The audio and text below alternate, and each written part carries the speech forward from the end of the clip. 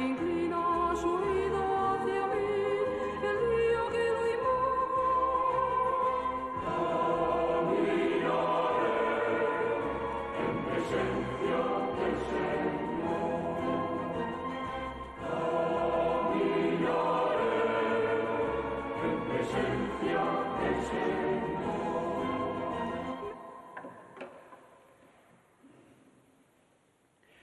En el nombre del Padre, del Hijo y del Espíritu Santo, la gracia de nuestro Señor Jesucristo, el amor del Padre y la comunión del Espíritu Santo estén con vosotros. Comenzamos este encuentro con el Señor y con la Iglesia, presente siempre en cualquier celebración litúrgica, poniendo delante del Señor con toda humildad y sinceridad nuestra pequeñez, nuestra impotencia, nuestro pecado. Le pedimos perdón y ayuda para tratar de mejorar cada día.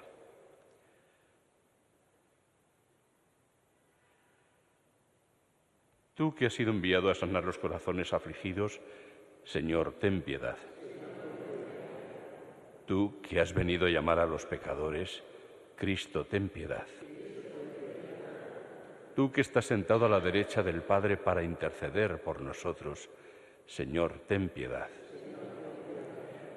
Dios Todopoderoso, tenga misericordia de nosotros, perdone nuestros pecados y nos lleve a la vida eterna. Oremos.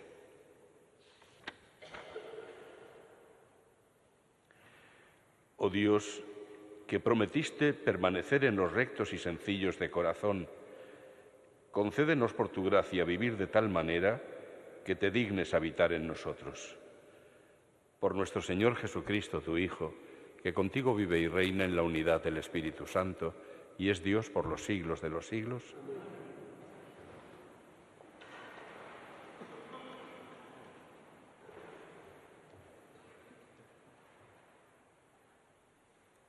Lectura del libro del Génesis.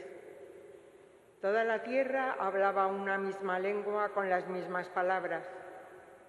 Al emigrar los hombres desde Oriente encontraron una llanura en la tierra de Senaar y se establecieron allí. Se dijeron unos a otros: vamos a preparar ladrillos y a cocerlos al fuego. Y emplearon ladrillos en vez de piedras y alquitrán en vez de argamasa. Después dijeron: vamos a construir una ciudad y una torre que alcance el cielo, para hacernos un nombre, no sea que nos dispersemos por la superficie de la tierra. El Señor bajó a ver la ciudad y la torre que estaban construyendo los hombres, y el Señor dijo: puesto que son un solo pueblo con una sola lengua, y esto no es más que el comienzo de su actividad. Ahora, nada de lo que decidan hacer les resultará imposible. Bajemos, pues, y confundamos allí su lengua, de modo que ninguno entienda la lengua del prójimo. El Señor los dispersó de allí por la superficie de la tierra y cesaron de construir la ciudad. Por eso se llama Babel, porque allí confundió el Señor la lengua de toda la tierra, y desde allí los dispersó el Señor por la superficie de la tierra. Palabra de Dios. Te alabamos, Señor. Dichoso el pueblo que Dios escogió como heredad. Dichoso el pueblo que el Señor se escogió como heredad. El Señor deshace los planes de las naciones, frustra los proyectos de los pueblos, pero el plan del Señor subsiste por siempre, los proyectos de su corazón de edad en edad. Dichoso el pueblo que el Señor escogió como heredad. Dichosa la nación cuyo Dios es el Señor, el pueblo que Él se escogió como heredad. El Señor mira desde el cielo, se fija en todos los hombres. Dichoso el pueblo que Dios escogió como heredad. Desde su morada observa a todos los habitantes de la tierra. Él modeló cada corazón y comprende todas sus acciones. Dichoso el pueblo que Dios escogió como heredad. Aleluya, aleluya, aleluya. A vosotros os llamo amigos, dice el Señor, porque todo lo que he oído a mi Padre os lo he dado a conocer. Aleluya, aleluya, aleluya.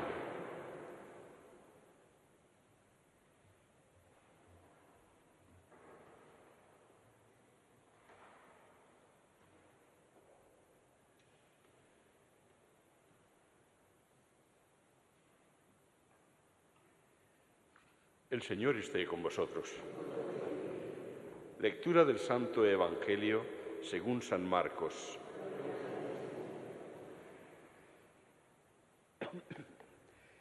En aquel tiempo, llamando a la gente y a sus discípulos, Jesús les dijo: Si alguno quiere venir en pos de mí, que se niegue a sí mismo, tome su cruz y me siga. Porque quien quiera salvar su vida, la perderá. Pero el que pierda su vida por mí y por el Evangelio, la salvará. Pues, ¿de qué le sirve a un hombre ganar el mundo entero y perder su alma? ¿O qué podrá dar uno para recobrarla? Quien se avergüence de mí y de mis palabras en esta generación adúltera y pecadora, también el Hijo del Hombre se avergonzará de él cuando venga con la gloria de su Padre entre sus santos ángeles. Y añadió: En verdad os digo que algunos de los aquí presentes no gustarán la muerte hasta que vean el reino de Dios en toda su potencia. Palabra del Señor.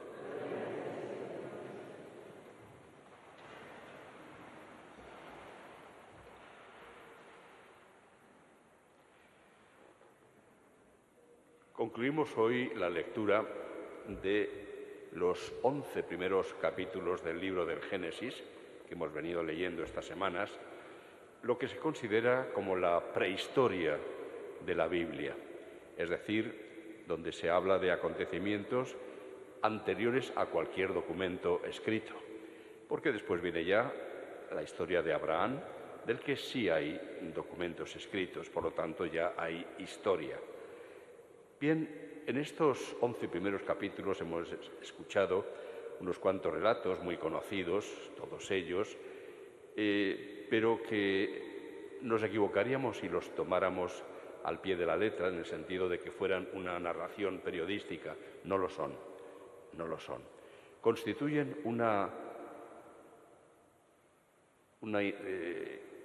reflexión inspirada, evidentemente, por el Espíritu Santo, donde se plantean varios problemas, donde se habla de varias afirmaciones de fe, por ejemplo, que todo lo que existe proviene de Dios, el Dios creador, pero lo que fundamentalmente está, diríamos, como problema de fondo sobre el que se reflexiona es el problema del mal. De alguna manera está latiendo en todos estos relatos el siguiente problema.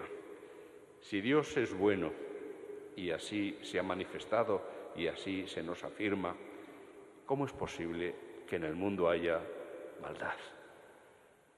Este es el problema que está latiendo tanto en el relato del pecado original como en el del primer crimen que comete Caín en la persona de su hermano Abel, como en el problema del origen del diluvio, como castigo del pecado, que hemos escuchado estos días anteriores, como en lo que hoy escuchamos también de la famosa Torre de Babel.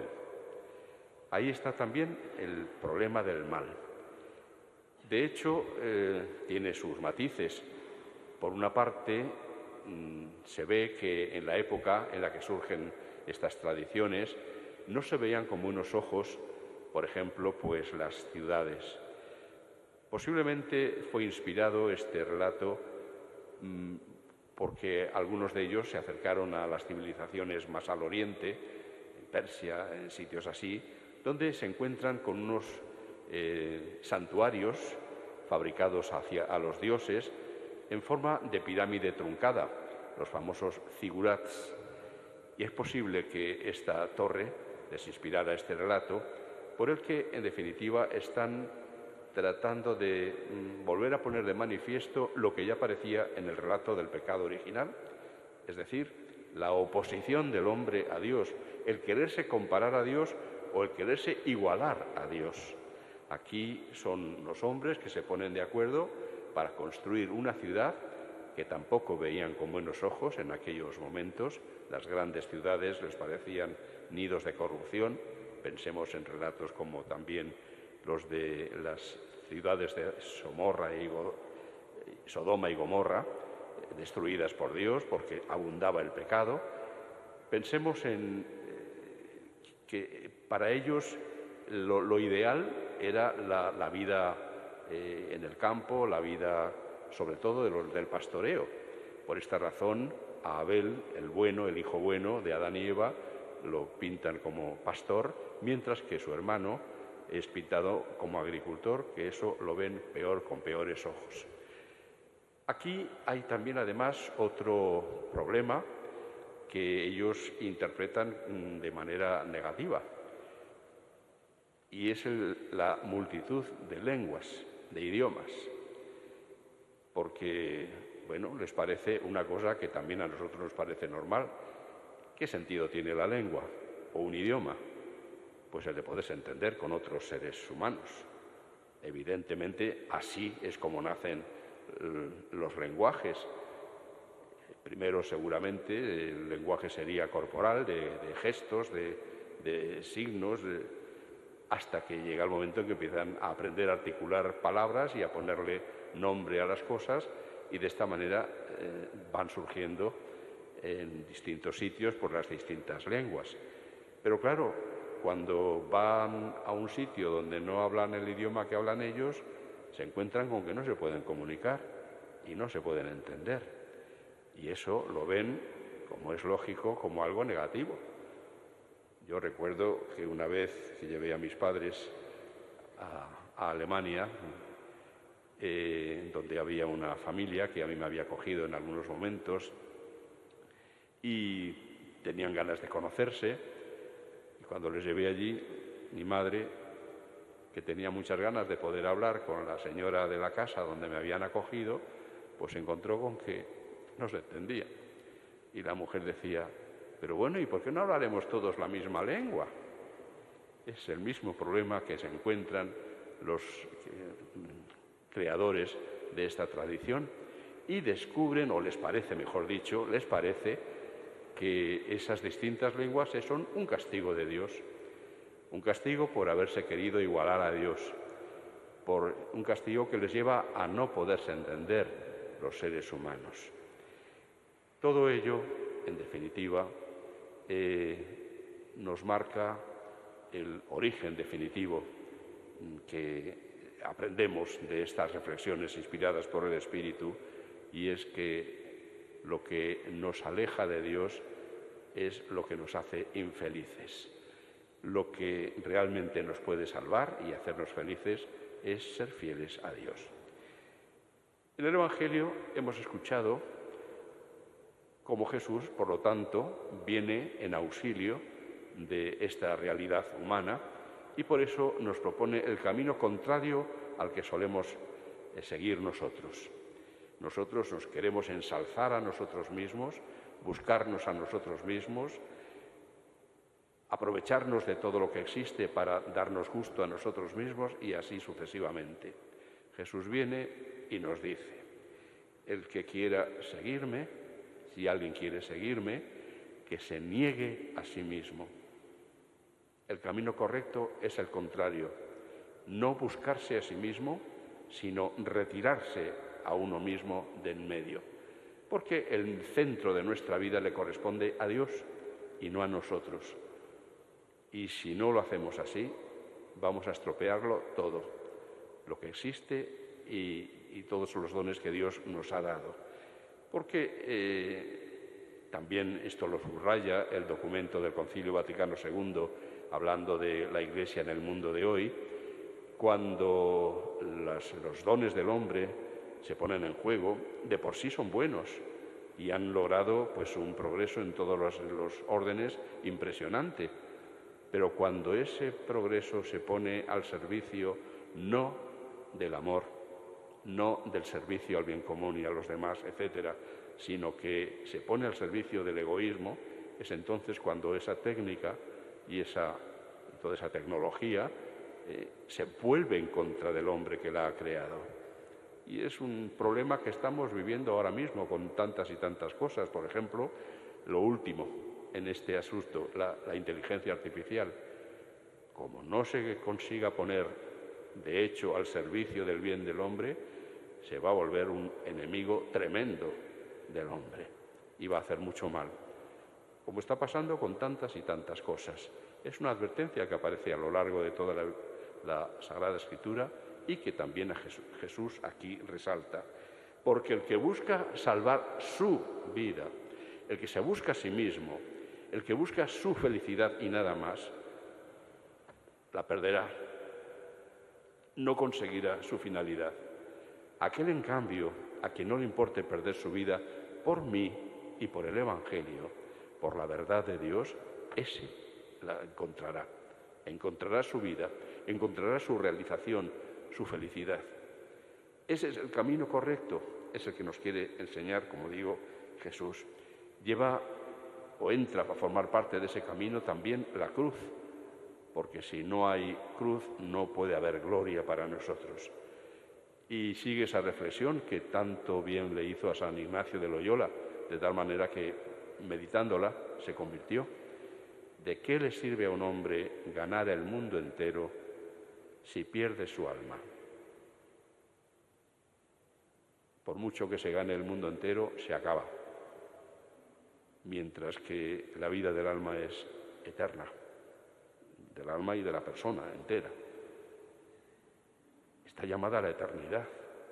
¿De qué le sirve durante unos pocos años gozar de los bienes de este mundo si después su destino definitivo lo pierde y se encuentra con una situación eterna de infelicidad?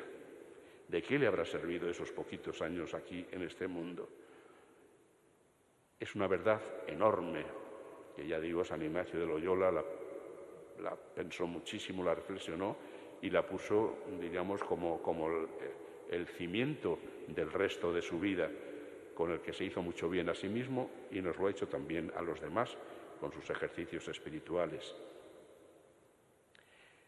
Es, por lo tanto, fundamental que si queremos arreglar nuestra vida y contribuir al bien de nuestro mundo, descubramos estas afirmaciones fundamentales que iluminan nuestra oscuridad de la palabra de Dios, que nos ayudan a descubrir dónde está el origen y la raíz de tantos y tantos males.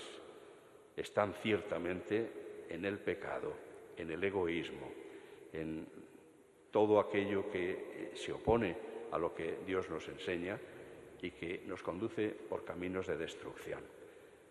La culminación de nuestros auténticos deseos de felicidad, de eternidad, nos vienen por donde Dios nos muestra, por Cristo, que es el camino y la verdad y la vida.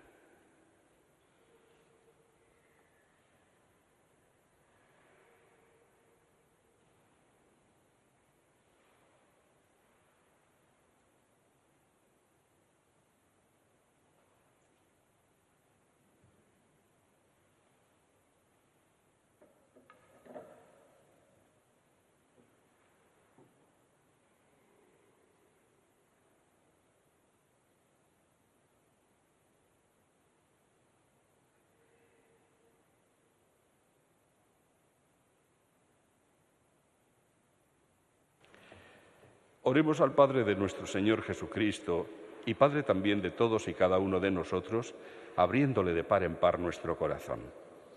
Por la Iglesia de Jesús, enviada a todos los pueblos de la tierra, para unirlos en una gran familia y ser un solo rebaño bajo un solo pastor, roguemos al Señor. Te rogamos, óyenos. Por la salud del Papa Francisco, para que el Señor lo fortalezca en su enfermedad, lo alivie de sus molestias y lo devuelva sano a seguir desempeñando su ministerio, roguemos al Señor. Te rogamos, óyenos. Por los gobernantes de las naciones, para que descubran el valor del alma humana, por cuya salvación consideró Jesús que merecía la pena pasar por su pasión y muerte en cruz, roguemos al Señor. Te rogamos, óyenos. Por la conversión de todos los pueblos, para que con corazón generoso busquen el entendimiento más que la confrontación, el diálogo más que la discusión y la fraternidad más que el rencor, roguemos al Señor. Te rogamos, óyenos. Por los que viven su vida bajo el signo del sufrimiento, para que acepten la invitación de Jesús a seguirle tomando parte en el ministerio de la cruz y el sacrificio por amor a Dios, roguemos al Señor. Te rogamos, óyenos. Por todos nosotros, que queremos seguir a Cristo, para que no olvidemos la condición necesaria, negarse a uno mismo y tomar la cruz para salvar la vida, roguemos al Señor. Te rogamos, óyenos. Te rogamos, Señor, que nos ayudes a aprender la lección importante que hoy nos has dado y así te sigamos con fidelidad por tus caminos. Por Jesucristo, nuestro Señor. Amén.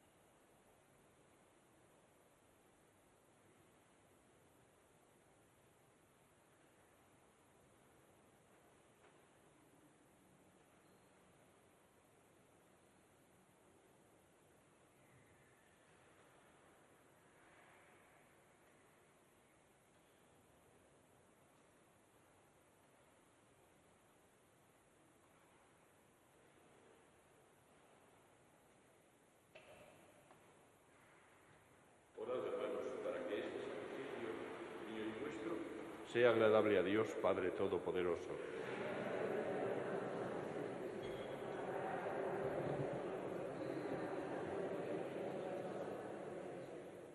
Señor, que esta oblación nos purifique y nos renueve y sea causa de eterna recompensa para los que cumplen tu voluntad. Por Jesucristo, nuestro Señor. El Señor esté con vosotros. Levantemos el corazón. Demos gracias al Señor nuestro Dios. En verdad es justo y necesario, es nuestro deber y salvación, darte gracias siempre y en todo lugar, Señor Padre Santo, Dios Todopoderoso y Eterno, por Cristo, Señor nuestro. Porque con amor celebramos su muerte, con fe viva proclamamos su resurrección y con firme esperanza anhelamos su venida gloriosa.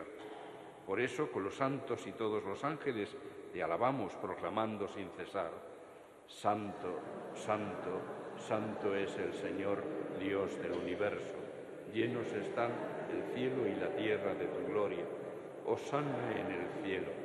Bendito el que viene en nombre del Señor. Hosana en el cielo. Santo eres en verdad, Señor, fuente de toda santidad. Por eso te pedimos que santifiques estos dones con la efusión de tu Espíritu, de manera que se conviertan para nosotros en el cuerpo y la sangre de Jesucristo, nuestro Señor, el cual, cuando iba a ser entregado a su pasión voluntariamente aceptada, tomó pan, dándote gracias, lo partió y lo dio a sus discípulos, diciendo: Tomad y comed todos de él, porque esto es mi cuerpo, que será entregado por vosotros.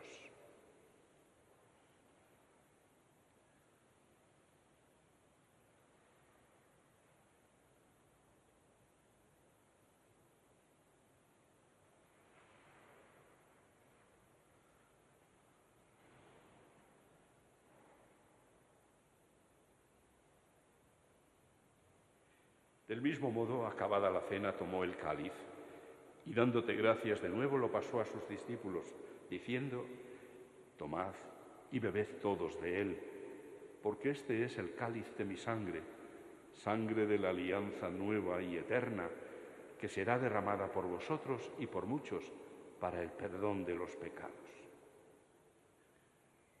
Haced esto en conmemoración mía.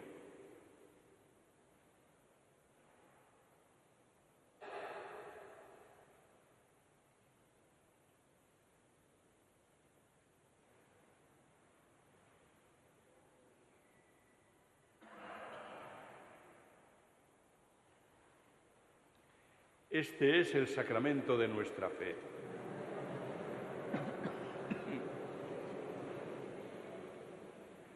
Así pues, Padre, al celebrar ahora el memorial de la muerte y resurrección de tu Hijo, te ofrecemos el pan de vida y el cáliz de salvación, y te damos gracias porque nos haces dignos de servirte en tu presencia. Te pedimos humildemente que el Espíritu Santo congregue en la unidad a cuantos participamos del cuerpo y la sangre de Cristo. Acuérdate, Señor, de tu Iglesia extendida por toda la tierra, y con el Papa Francisco, con nuestro obispo José y sus obispos auxiliares, y todos los pastores que cuidan de tu pueblo, llévala a su perfección por la caridad. Acuérdate también de nuestros hermanos que durmieron en la esperanza de la resurrección: Lorenzo, Juan, Matilde, Luis, Isidro, Vera, Juan y Matilde, y los difuntos de la familia Ortúñez. Y de todos los que han muerto en tu misericordia, admítelos a contemplar la luz de tu rostro. Ten misericordia de todos nosotros y así, con María, la Virgen Madre de Dios, su esposo San José, los apóstoles y cuantos vivieron en tu amistad a través de los tiempos, merezcamos por tu Hijo Jesucristo compartir la vida eterna y cantar tus alabanzas. Por Cristo, con Él y en Él, a ti, Dios Padre Omnipotente, en la unidad del Espíritu Santo, todo honor y toda gloria por los siglos de los siglos.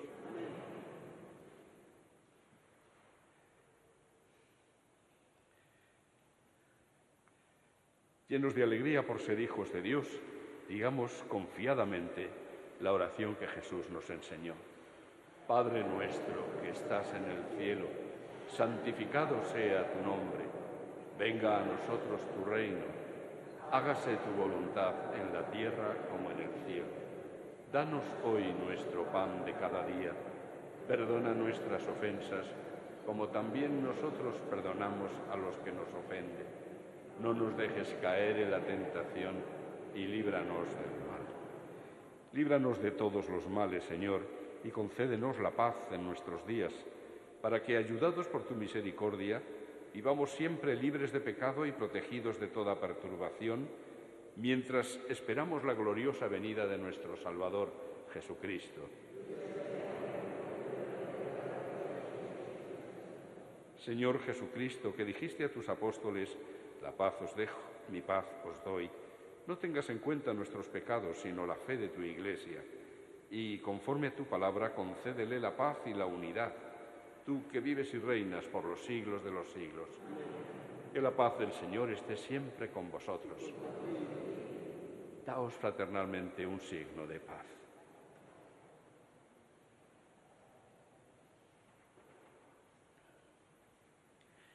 Cordero de Dios, que quitas el pecado del mundo, ten piedad de nosotros.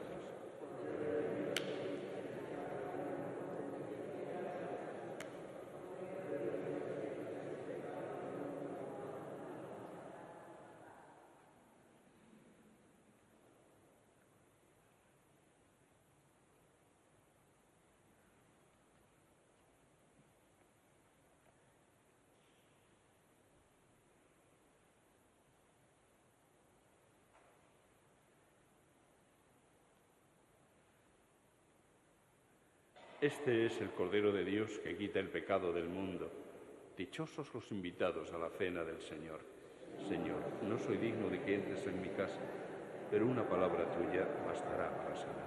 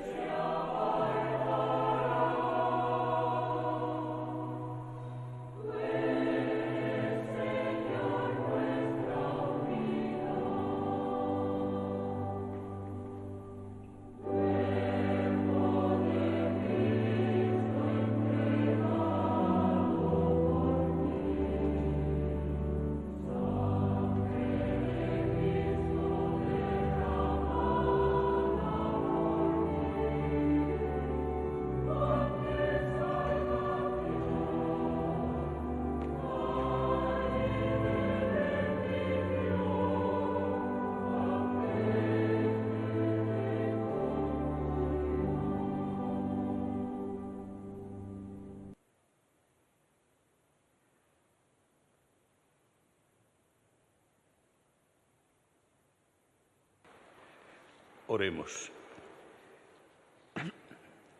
Alimentados con las delicias del cielo, te pedimos, Señor, que procuremos siempre aquello que nos asegura la vida verdadera. Por Jesucristo, nuestro Señor. El Señor esté con vosotros. La bendición de Dios Todopoderoso, Padre, Hijo y Espíritu Santo, descienda sobre vosotros y os acompañe siempre. Podéis ir en paz.